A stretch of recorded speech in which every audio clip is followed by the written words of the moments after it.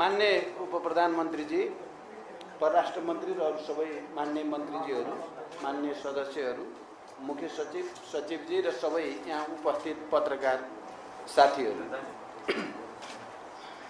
मित्र राष्ट्र भारतका प्रधानमन्त्री महामहिम श्री नरेन्द्र मोदीको मैत्रीपूर्ण निमन्त्रणामा भारतको 4 दिने औपचारिक भ्रमण पूरा गरी आज हामी स्वदेश फर्केका छौँ।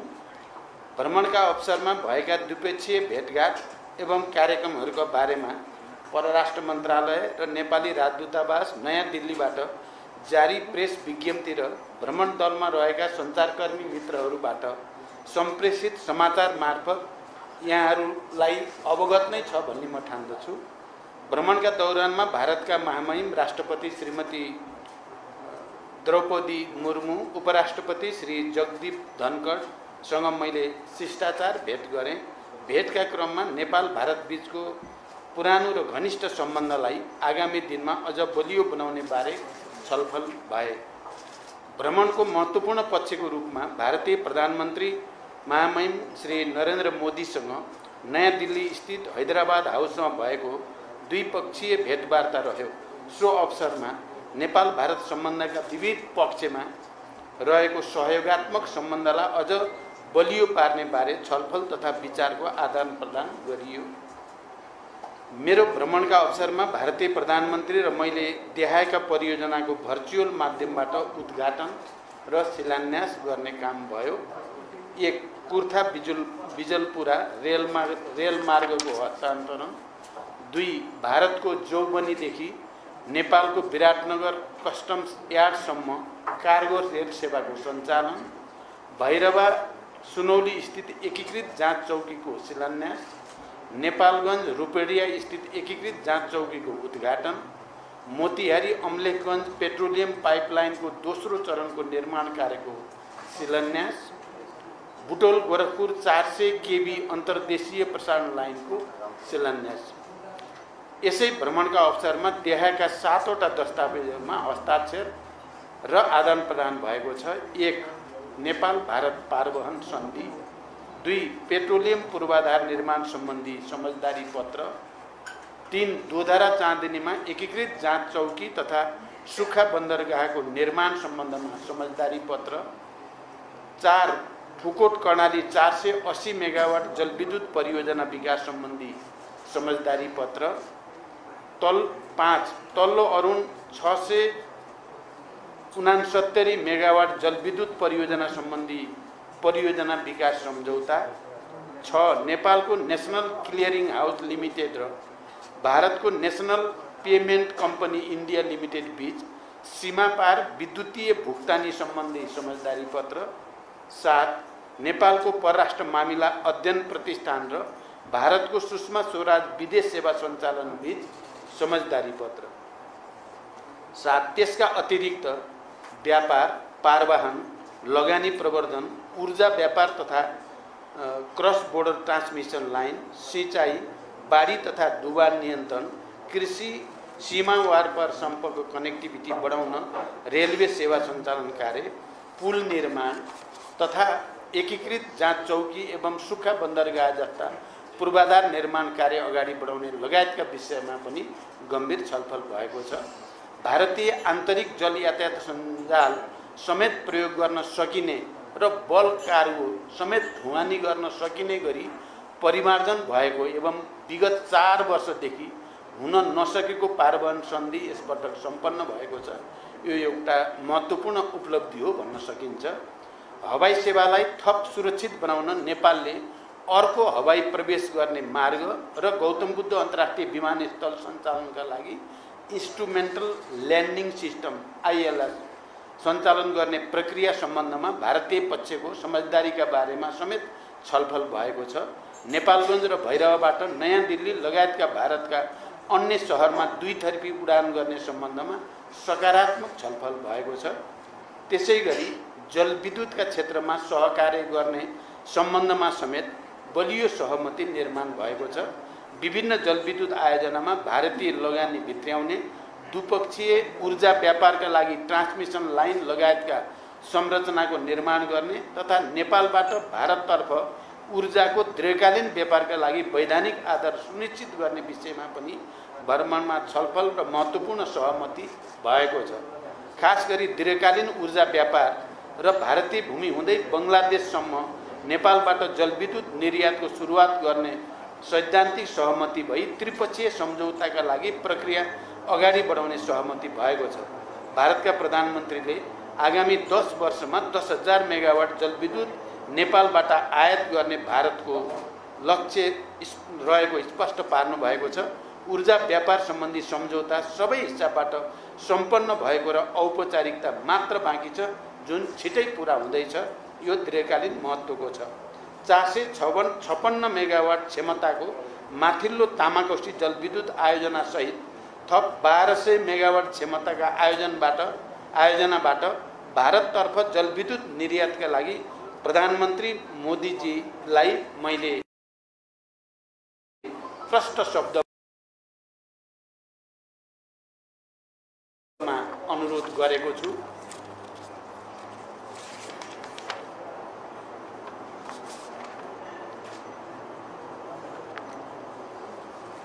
साथै नेपालमा निर्माणाधीन जलविद्युत, सडक जस्ता ठुला विकास निर्माण परियोजनाका लागि अति आवश्यक विस्फोटक पदार्थको सहज र सरल आपूर्तिका लागि प्रधानमन्त्री मोदीसँग सकारात्मक छलफल भएको छ। पञ्चेश्वर बहुउद्देश्यीय परियोजनाको शीघ्र कार्यान्वयनका लागि 3 महिनाभित्र विस्तृत परियोजना प्रतिवेदन DPR लाई अन्तिम रूप दिने गरी द्विपक्षीय छलफललाई तीव्रता दिने सहमति भएको छ। वित्तीय प्रबन्ध सहित दुई सरकारले DPR स्वीकृत गरेपछि त्यसको 1 वर्षभित्र कार्यान्वयनको ढाँचा टुङ्गो लगाउने सहमति भएको छ। नेपालतर्फका संरचनाहरूको तयारीको अवस्थाका आधारमा टनकपुर ब्यारेजबाट लिङ्क क्यानल मार्फत चरणबद्ध रूपमा नेपाललाई सिँचाइको लागि पानी उपलब्ध गराउने सहमति भएको छ। नेपाल भारत सीमावर्ती क्षेत्रमा बाढी र डुबानका समस्याका बारेमा पनि सकारात्मक छलफल भएको छ। मनसुन सुरु हुनु अघि नै बाढी र डुबान नियन्त्रण कार्यलाई प्रभावकारी बनाउन आवश्यक कदम चाल्नका लागि विद्यमान द्विपक्षीय संयन्त्रहरूलाई तत्काल सक्रिय बनाउन सम्बन्धित अधिकारीहरूलाई प्रधानमन्त्री मोदीजी र मैले निर्देशन दिइसकेका छौँ। त्यसैगरी नेपालभित्र थप विद्युत प्रसारण लाइन निर्माणका लागि एक्जिम ब्याङ्क इन्डियाबाट प्राप्त सहुलियतपूर्ण कर्जाको चौथो खण्डको रकम उपयोग गर्ने विषयमा प्रधानमन्त्री मोदीजी सहमत हुनुभएको छ। भारतको अनुदान सहयोगमा मोतिहारी अम्लेखगञ्ज पेट्रोलियम पाइपलाइन चितवनसम्म विस्तार गर्ने र सिलगढीदेखि झापाको चारालीसम्म नयाँ क्रस बोर्डर पेट्रोलियम पाइपलाइन निर्माण गर्ने विषयमा पनि दुवै पक्षबीच सहमति भएको छ। महाकाली नदीमाथि शीर्ष परशुराम धाम पूर्णागिरी माई तथा झुलाघाटमा भारत सरकारको अनुदान सहयोगमा पक्की पुल निर्माण गर्ने सहमति भएको छ। भारत सरकारको अनुदान सहयोगमा रामायण सर्किट अन्तर्गतका परियोजना GP Koirala institute of health science र सुदूरपश्चिममा Nepal institute of technology Kailali र चितवनमा अन्तर्राष्ट्रिय स्तरको क्रिकेट मैदानको निर्माण कार्य अगाडि बढाउने बारे पनि सकारात्मक छलफल भएको छ। साथै कृषि क्षेत्रमा क्षमता अभिवृद्धि गर्ने, अर्ग्यानिक खेती, प्राकृतिक कृषि प्रणाली, नानो फर्टिलाइजर जस्ता विषयमा आपसी सहयोग विस्तार, मलको सहज आपूर्ति, नगदे बाली र चौपायाको नस्ल सुधारका लागि सहायता लगायतका विषयमा समेत छलफल भएको छ। नेपाली र भारतीय कम्पनीको संयुक्त लगानीमा नेपालमा रासायनिक मल कारखानाको सम्भाव्यता एवं बजारको सुनिश्चितताका बारेमा पनि छलफल गरेका छौँ र भारतीय बजारमा नेपालका कृषिजन्य उत्पादन र प्राथमिक वस्तुहरूको निर्यात सहजीकरणका लागि पनि भारतीय प्रधानमन्त्रीसँग यो पटक निकै सकारात्मक कुराकानी भएको छ। द्विपक्षीय व्यापारलाई थप प्रवर्धन गर्ने र नेपालले सामना गरिरहेको व्यापार घाटा न्यूनीकरणको विषयमा पनि गम्भीर छलफल भएको छ। द्विपक्षीय व्यापारलाई अझ सहज बनाउन नेपाल भारत वाणिज्य सन्धिको पुनरावलोकन गर्न र व्यापार सम्बन्धी अन्य विषयलाई सम्बोधन गर्न वाणिज्य सचिव स्तरीय विद्यमान द्विपक्षीय संयन्त्रलाई सक्रिय बनाएर कार्य गर्न कार्य गर्ने निर्देशन दुवै प्रधानमन्त्रीले दिइसकेका छौँ। व्यापार सहजीकरणका लागि प्रयोगशालाहरूले जारी गर्ने प्रमाणपत्रको म्युचुअल रिकग्निसन र एक्रेडिटेसन सम्बन्धी कार्यलाई अभ्यासमा उतार्ने गरी द्विपक्षीय समझदारी पत्रलाई टुङ्गोमा पुर्याउने सहमति भएको छ। नेपाली जुटमा लगाइएको महसुल काउन्टर भेलिङ ड्युटी हटाउन समेत भारतीय प्रधानमन्त्रीसँग सकारात्मक कुरा भएको छ। भेटवार्ताका क्रममा सीमा सम्बन्धी विषयहरूको पनि गम्भीर कुराकानी भएको छ। सीमा सम्बन्धी विषयलाई स्थापित कूटनैतिक संयन्त्रहरू मार्फत समाधान गर्न भारतका प्रधानमन्त्रीलाई मैले गम्भीर रूपले आग्रह गरेको छु। यहाँहरूलाई थाहा नै छ, प्रधानमन्त्री मोदी स्वयंले पनि प्रेस मिटको अवसरमा यो भ्रमणले सिर्जना गरेको सौहार्दपूर्ण वातावरणको मर्म अनुरूप सीमा लगायत थातिरहेका सबै समस्या समाधान गरिनेछ भन्ने भावना स्पष्ट ढङ्गले व्यक्त गर्नुभएको छ। धेरै समयपछि भारतीय प्रधानमन्त्रीबाट सीमा सम्बन्धमा आएको यो सकारात्मक अभिव्यक्तिबाट हामी उत्साहित भएका छौँ। साथै भारत भ्रमणका अवसरमा नेपाल र भारतका निजी क्षेत्रका छाता सङ्गठनहरू नेपाल उद्योग वाणिज्य महासङ्घ FNCCI र भारतीय उद्योग परिसङ्घ CII द्वारा आयोजित नेपाल इन्डिया बिजनेस समिटलाई सम्बोधन गर्दै भारतीय लगानीकर्तालाई नेपालमा लगानीका लागि आह्वान गरिएको छ। भारत सरकारका वाणिज्य मन्त्री समेत उपस्थित उक्त कार्यक्रममा नेपालका निजी क्षेत्रका प्रतिनिधि तथा भारतीय व्यवसायी तथा लगानीकर्ताहरू बीच साझेदारी र लगानीका विषयमा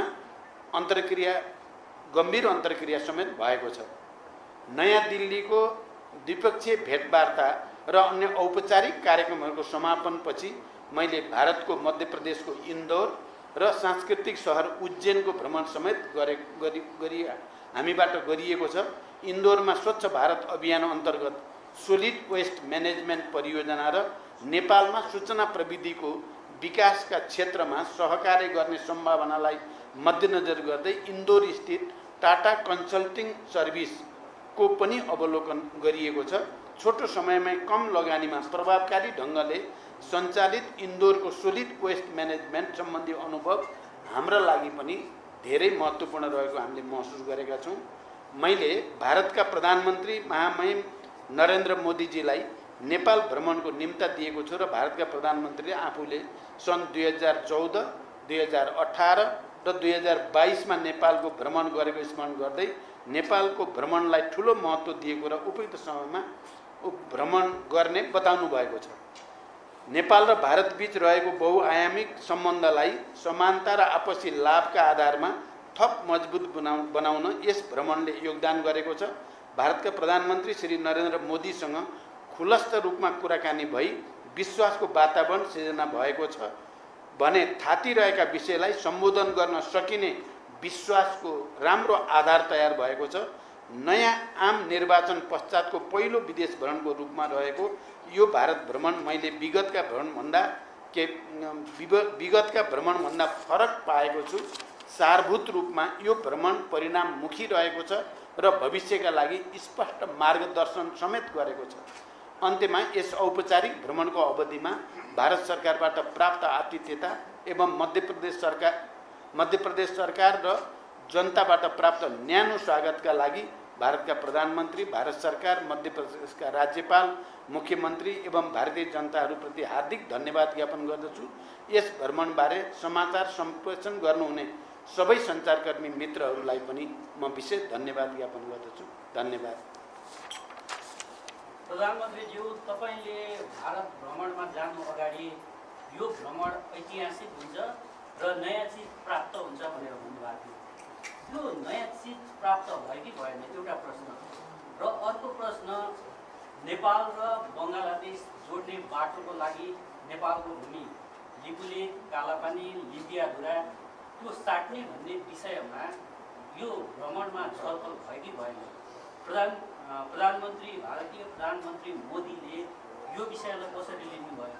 र अर्को प्रश्न, एउटैले सबै सोध्नु अन्तिम मेरो प्रश्न, भारत नेपालको विवादित भूमिलाई समाधान गर्नको लागि बङ्गलादेशको मोडालिटी अपनाउने भन्ने विषयमा पनि छलफल भयो कि? एउटा सुनिहालेँ। अब यत्रो यहाँले क्लियरिस्ट बताउँदा कितिजीको प्रतिवेदन बुझ्ने विषय चाहिँ आएन त्यो यहाँले बताउनु त्यहाँ भुलो भयो कि अथवा यहाँ उल्लेख गर्न भन्नुभयो? नमस्कार प्रधानमन्त्री, यो अखण्ड भारतको नक्सामा जो पनि कपिल वस्तुको नक्सा त्यहाँ समावेश गरिएको देख्दा हजुरले कस्तो खालको प्रतिक्रिया, कडा रूपको प्रतिक्रिया जाहेर गर्नुभयो? अर्को नम्बर 3, यो टिपुलेख कालापानी र डिबी हत्याको बारेमा कस्तो खालको कडा क्वेसन उहाँहरूको गर्नुभयो, कस्तो खालको प्रस्तुति गर्नुभयो? आफ्नो परिचय पनि यहाँले दिनुहोला र संक्षिप्तमा राखिनुहोला। नमस्कार, म भूपेन्द्र भण्डारी, स्पेस फोके टेलिभिजनबाट। अब प्रधानमन्त्रीज्यूको चीन भ्रमणको पनि तयारी होला। चीन र भारत दुवै देशसँग सहकार्य गरेर अगाडि जाने विषयहरू छन् कि अथवा दुई देशलाई सँगै लिएर अहिले एकैचोटि काम गर्न सक्ने अवस्था नरहने कि के छ यो विषय? धन्यवाद। प्रधानमन्त्री नमस्कार, म सुनेन्द्र नेपालबाट नाम दिवस भण्डारी। मूलभूत रूपमा अब प्रधानमन्त्रीको आध्यात्मिक धार्मिक अलिकता चिन्तन भएको हामी पाउँथेनौँ। तर यसपल्ट 108 किलो रुद्राक्ष सहितको मन्दिरको दर्शन गर्नुभयो। यो पहिलेदेखि लुकाएर राख्नु भएको थियो कि आध्यात्मिक चेतना चाहिँ अहिले प्रस्फुटित गर्नुभयो कि धन्यवाद। अब सबै प्रश्न आए जस्तो लाग्छ। अब हामी बढीमा 2 देखि 3 प्रश्न त्यसपछि सामान्य जनताको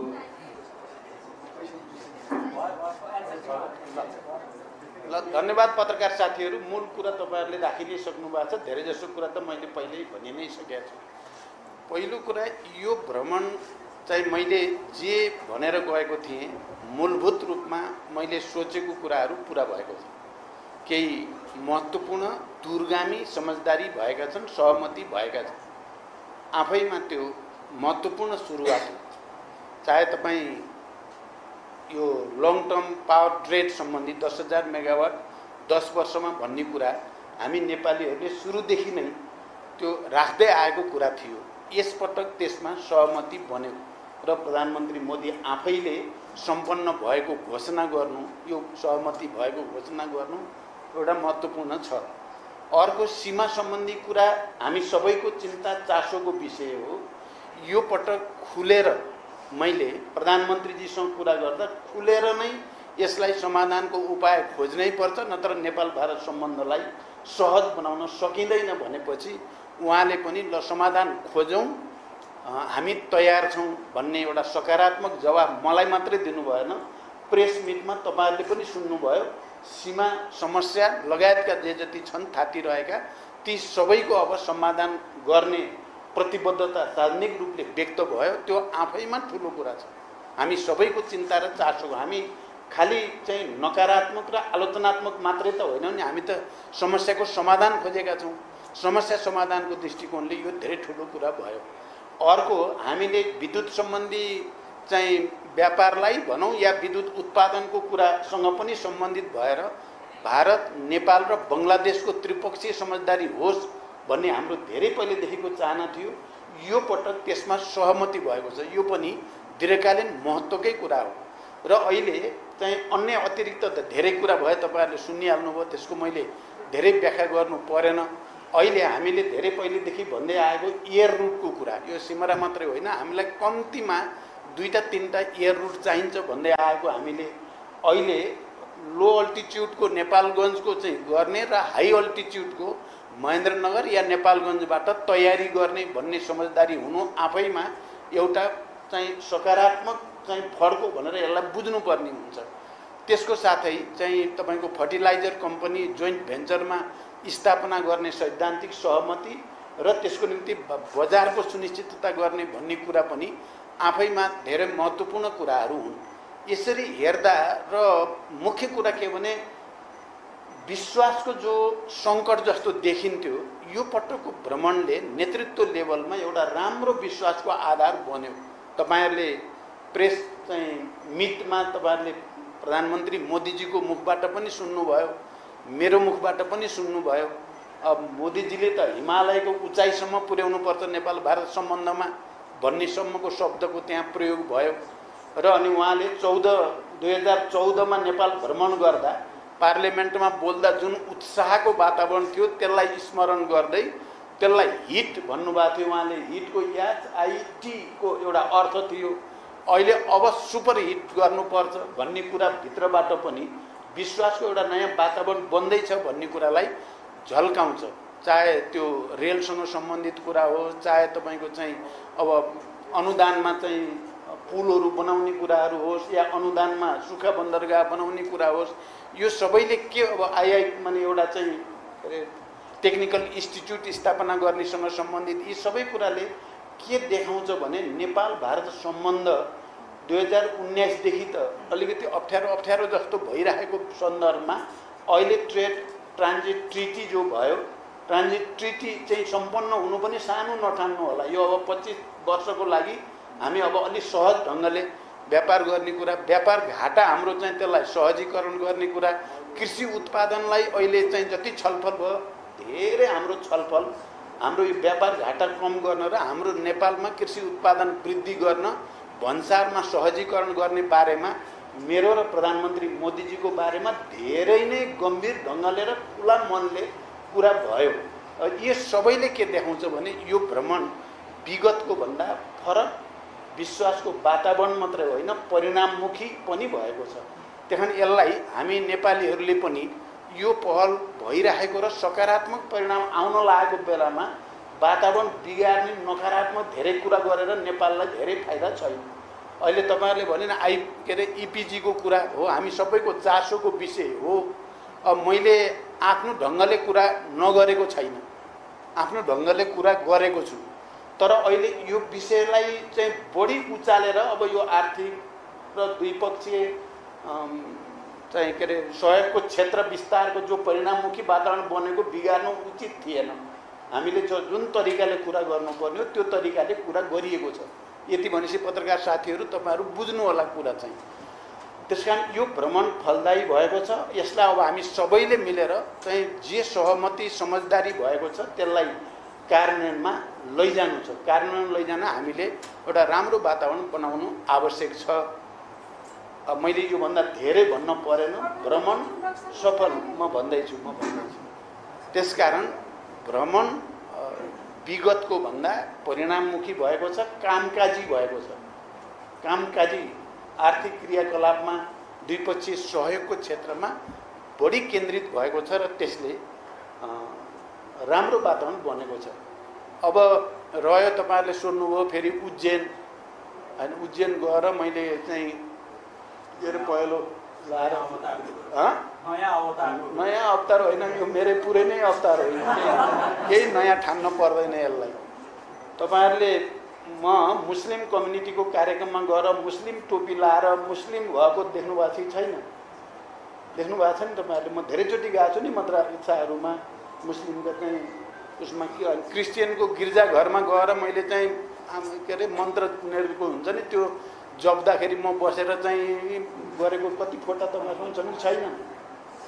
म बुद्धिस्टहरूको चाहिँ अब लुम्बिनीमा गएर बुद्धिस्टहरूको चाहिँ उसमा त्यत्तिकै सहभागी भएका फोटाहरू या कार्यक्रमहरू तपाईँहरूले हेर्नु भएको छ कि छैन? अनि हिन्दूकोमा चाहिँ जान नहुने अरूकोमा जान हुने हुन्छ र? म वास्तवमा मनैले धर्मनिरपेक्षतावादी हो। धर्मनिरपेक्ष भनेको धर्म विरोधी भन्ने होइन नि, सबै धर्मलाई समान व्यवहार गर्ने र राज्यले कुनैलाई काखा पाखा नगरोस् भन्ने हो। आफू धर्मनिरपेक्षतावादी भएको नाताले मैले हिन्दू, मुस्लिम, बुद्धिस्ट, क्रिस्चियन सबै धर्मावलम्बीहरूप्रति समान व्यवहार गर्नुपर्छ। अब मध्य प्रदेश जाने, इन्दौरमा जाने, सफाई सम्बन्धी हेर्न, IT हेर्न, नजिकै एउटा ऐतिहासिक सांस्कृतिक सहर हो उज्जैन भनेको, महाकालेश्वर, महाकाल, कालको पनि काल। अब त्यहाँ त्यस्तो फेरि भव्य संरचना रहेछ। मैले त त्यहाँ गएपछि पो थाहा पाएँ यस्तो भव्य संरचना छ। त्यसले धार्मिक पर्यटन विकास एकै दिनमा 1.5 लाख, 1 लाख त रेगुलर, 1.5 लाख, 2 लाख एक दिनमा मान्छे जान्छन् त्यहाँ हेर्न, पूजा गर्न, के गर्न। हामीले पनि यहाँ रामायण सर्किट भन्दैछौँ, बुद्धिस्ट सर्किट भन्दैछौँ, अरू के चाहिँ हामी बनाउँदैछौँ नि। हामीले पनि के अरे पूर्वको पाथिभरादेखि उता बढी मालिकासम्म धार्मिक पर्यटनको विकास गर्न पर्यो भनेका छौँ कि छैनौँ? त्यहाँ म त अहिले कम्युनिस्ट मात्रै होइन नि, प्रधानमन्त्री पनि हो नि त। प्रधानमन्त्री त सबैलाई समेटेर जानुपर्ने हुन्छ। अब त्यहाँ गइसकेपछि हुन त मलाई त यो उसले क्या मसँग हुने सेक्युरिटीले सकेसम्म चाहिँ यो गेरु वस्त्र नलाउन पाए हुन्थ्यो भनेर निकै बल गर्नुभयो। तर त्यहाँ त्यो महाकालेश्वरको के रहेछ भने मुख्य अतिथिले चाहिँ त्यो लाउनै पर्ने प्रोटोकल रहेछ क्या, त्यो प्रोटोकल मिच्न पर्ने। अब प्रोटोकल मिचेर भयो भने मलाई लाउन नदिनुहोस् भन्दाखेरि के हुने भयो, भारतका करोडौँ चाहिँ जनताको मनमा चाहिँ चिसो पर्ने भयो नेपालप्रति र नेपालको प्रधानमन्त्रीप्रति। त्यो देशलाई फाइदा हुन्थ्यो त त्यो? म लाउन भनेर भन्यो भने के हुन्थ्यो? 1 अरब मान्छेको मनमा चिसो पर्थ्यो, यो नेपालीहरूले के हो यो नेपाल सरकार भन्थे। अब म सहज ढङ्गले गर्दाखेरि के हो, सबै खुसी। यहाँ एक थरी साथीहरूलाई के यो विचित्र देख्नु पर्यो भन्ने लाज लाग्यो, त्यो नि मैले हेरेको छु। अब कतिपयला फेरि यो गेरु वस्त्र जिन्दगी लाएर अब कमान्डो लिएर हिँड्दै हुन्थ्यो प्रचण्ड, त्यसो भएपछि ढुक्कै हुन्थ्यो भन्ने पनि कतिपयला लागेको होला। म कमान्डो लिएर हिँड्नेवाला पनि होइन, म गेरु वस्त्र सधैँ लाएर हिँड्नेवाला पनि होइन, मुस्लिम टोपी लाएर सधैँ हिँड्नेवाला पनि होइन, क्रिस्चियनहरूको चाहिँ पनि सधैँ गर्ने पनि होइन। त्यहाँदेखि यसलाई त हामीले एउटा सांस्कृतिक कूटनीतिको रूपमा किन नबुझ्ने? नेपालको बृहत्तर हितमा यसलाई सदुपयोग गर्न खोजेको प्रधानमन्त्रीले एउटा नयाँ पहल लियो भनेर पो बुझ्दिन पर्छ र अब उल्टो बुझ्ने जस्तो कतिपयको है। अब तपाईँहरू सबैको त होइन। अब रह्यो कुरा चाहिँ त्यहाँ एउटा फेरि मिडियामा आएको देखेँ मैले, त्यो के अरे रुद्राक्ष हाम्रो परराष्ट्र मन्त्री यही हुनुहुन्छ, उहाँको हो इनिसिएटिभ, यो लानुपर्छ म लान्छु भन्नु हो। अलिक हुन्छ तपाईँ लानुहुन्छ भने राम्रै हुन्छ भनेको हो मैले। अनि परराष्ट्र मन्त्री लगेकोलाई मैले नछुनी अब भन्ने त कुरा मिल्दैन थियो नि त्यो त। त्यसो गरेर त एकदम नराम्रो हुन्थ्यो। त्यो अर्को फेरि रुद्राक्षको प्रवर्तन पनि हुन्छ, त्यसको सजिलो व्यापारमा सजिलो पनि हुन्छ भन्ने सोच हाम्रो परराष्ट्र मन्त्री मेरो पहिले यहीँ नेपालमै कुरा भइसकेको थियो। अर्को मैले फेरि त्यो चाहिँ चढाएको श्रीमतीको स्वास्थ्य ठिक होस् भनेर बिल्कुल होइन, मेरो दिमागमा छनाइ थिएन, कहीँ चर्चा भएको पनि होइन। तर यहाँ चाहिँ पत्नीको स्वास्थ्यको लागि रुद्राक्ष चढायो भने जस्तो गरेर एकदम तल झारिदिने क्या। आफ्नो लिडरसिपले यति ऐतिहासिक ढङ्गले राष्ट्रको पक्षमा जनताको पक्षमा काम गर्न लागेको बेला त हामी सबैले मिलेर साथ पो दिनुपर्ने ठाउँमा पत्नीको स्वार्थको लागि गर्यो। मेरो पत्नीको स्थिति के छ पत्रकार साथीहरू तपाईँहरूलाई थाहा छ, नेपाली जनतालाई संसारलाई थाहा छ। उनको उपचार सन्चो हुने खालको बिमारै होइन। अब म कस्तो चाहिँ विचार र चरित्र प्रवृत्तिको मान्छे हुँ भन्ने पनि तपाईँहरूलाई राम्रो थाहा छ नि। अनि म उहाँ महाकालेश्वर गएर यत्रो चाहिँ दुई पक्ष दुई देशको सम्बन्धको कुरा छ, पत्नी बचाइ पाऊँ भन्छु त मैले। त्यसो केही अर्थ हुन्छ? मान्छेले गर्ने पनि अलिक सीमाभित्र गर्नुपर्ने, त्यो अलिक बढी भयो भन्ने हो मेरो। त्यस्तो होइन। यो पटक पत्रकार साथीहरू, हाम्रो यो सरकार सुरुदेखि हामी राम्रा काम गर्ने, राष्ट्रको निम्ति गर्ने, जनताको निम्ति गर्ने, समृद्धिको निम्ति गर्ने, सुशासनको निम्ति गर्ने भनेर हामी कटिबद्ध भएर लागेका छौँ। दुई चारजना यताउता विरोध आलोचना के हुन्छ भन्ने भन्दा पनि राष्ट्रको र जनताको बृहत्तर हित के गरी हुन्छ भन्नेमा केन्द्रित भएर लागेको सन्दर्भ हो। तपाईँहरूले सुशासनको सन्दर्भको कुरा गर्नुहोस् या जनतालाई सेवा दिने सेवा प्रदायमा भएका समस्या समाधान गर्ने कुरा गरौँ, या अहिले भारतमा चाहिँ अब यहाँभित्र अब मैले अहिले धेरै भने फेरि त्यसले राम्रो हुँदैन, राम्रो भइरहेछ फेरि वातावरण बिगार्ने। धेरै हामीले मेहनत गरिरहेछ, धेरै मेहनत गरेर यो परिणामसम्म आइपुगिएको छ। यो कुरामा तपाईँ पत्रकार साथीहरूले पनि यो एउटा नयाँ परिस्थिति बन्यो भनेर आफ्नो नेतृत्वलाई सहयोग गर्नुपर्छ। त्यसो भयो भने भएका निर्णय कार्यान्वयन पनि हुन्छन्, बाँकी रहेका निर्णय पनि फटाफट हुन्छन् र नेपालले साँच्चै अब विकासमा एउटा फड्को माग्ने ठाउँतिर जाँदैछ। यसलाई भत्काउने, बिगार्ने, भ्रम सिर्जना गर्ने काम हामी कसैबाट नहोस् भन्ने मेरो अनुरोध छ। अब अर्को चाहिँ यो सिमानाको कुरा उहाँले भन्नुभयो, सिमानाको कुरा त भइ नै सक्यो, मैले भनिसकेँ। अब नक्साको कुरा पनि मैले राख्न पर्ने ठाउँमा राखेँ, यति बुझ्नु होला। उहाँहरूको चाहिँ के भने यो सांस्कृतिक नक्सा हो, यस्तो कुनै पोलिटिकल होइन भन्ने उहाँहरूको छ। अब त्यही विषयलाई धेरै ठुलो बहस गरेर चाहिँ गइएन, त्यति मात्रै हो। र मलाई लाग्छ हामीले यो सबै गर्दै गएपछि इपिजीको पनि लिने काम पनि हुन्छ। मैले जुन विश्वासको वातावरणमा प्रधानमन्त्री मोदीसँग कुरा भएको छ त्यो वातावरणलाई हामीले सहज बनाउँदै लाँदाखेरि सबै चिज हुँदै जान्छ भन्ने मलाई विश्वास छ। धन्यवाद। के भन्नु मैले तपाईँ को अरे पहिला नेपाल र म पर्वत घिमिरे, म कान्तिपुर। नेपाल र बङ्गलादेश जोड्ने बाटोको लागि नेपालको भूमि लिपुले, कालापानी, लिम्पियाधुरा तपाईँले त्यो सोध्नु भएको थियो। यो कुरा चाहिँ पक्कै पनि कुरा भयो। विभिन्न विकल्पहरूको बारेमा किन नसोच्ने भन्ने कुरा भएको छ र त्यहाँ प्रधानमन्त्री मोदीसँग मात्रै होइन, हामी टिमै बसेको बेलामा पनि विकल्प बङ्गलादेश मोडेलको कुरा, बङ्गलादेशको लामो समयदेखि रहेको समस्या समाधान गर्न भारत बङ्गलादेशले जो सफलता प्राप्त गरे त्यो अनुभव हाम्रो लागि पनि हुनसक्छ भन्ने एउटा माने चर्चा त्यतापट्टि, त्यो नि एउटा विकल्प हो। अहिले त्यसमा कुनै निष्कर्ष होइन, त्यो पनि एउटा विकल्प हो भन्ने कुरा भयो।